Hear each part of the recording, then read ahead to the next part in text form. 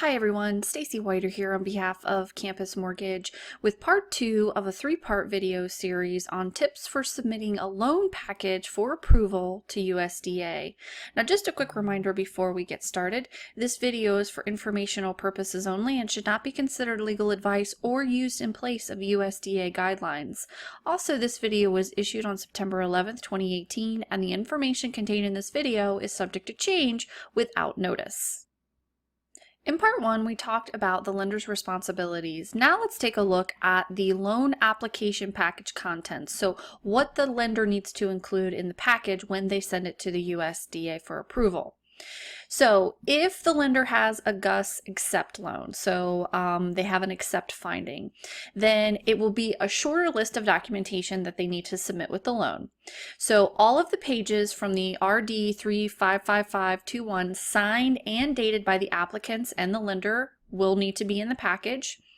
The summary of the calculation of annual income, adjusted income, and repayment calculations, the credit report for a non-purchasing spouse if the property is in a community property state, as well as the appraisal, the final GUS findings, the FEMA Form 086-0-32, documentation for a non-resident alien if that applies, documentation for a rate buy-down if that is applicable.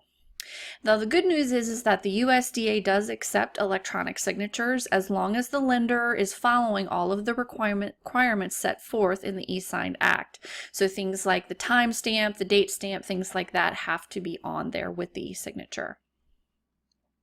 Now here's just a quick snapshot of the attachment 15A provided by the USDA, which gives you just kind of a quick snapshot here of what they want to be completed in the file. So they've got the file stacking order checklist, and these are the things that we just covered.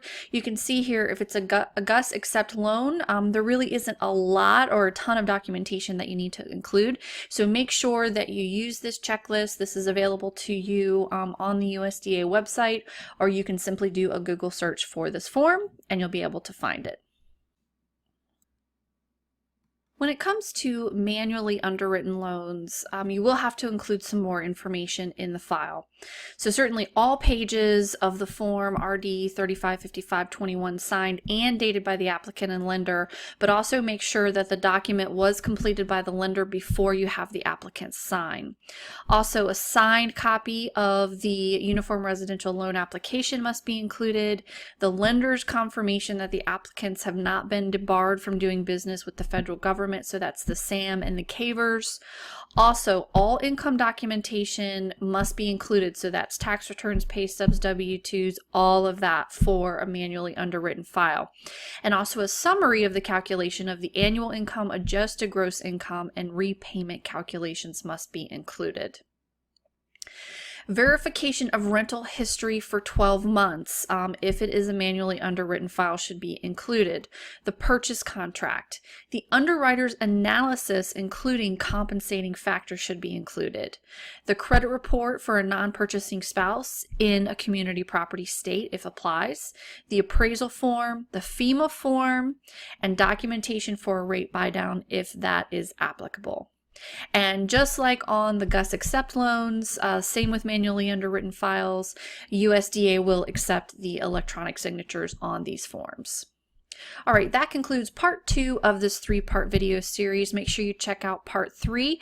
Thanks so much for watching. For more tips and videos, please visit campusmortgage.org to look for their weekly mortgage video tips designed for all mortgage professionals, including underwriters, loan officers, processors, closers, and post-closers. Have a great day.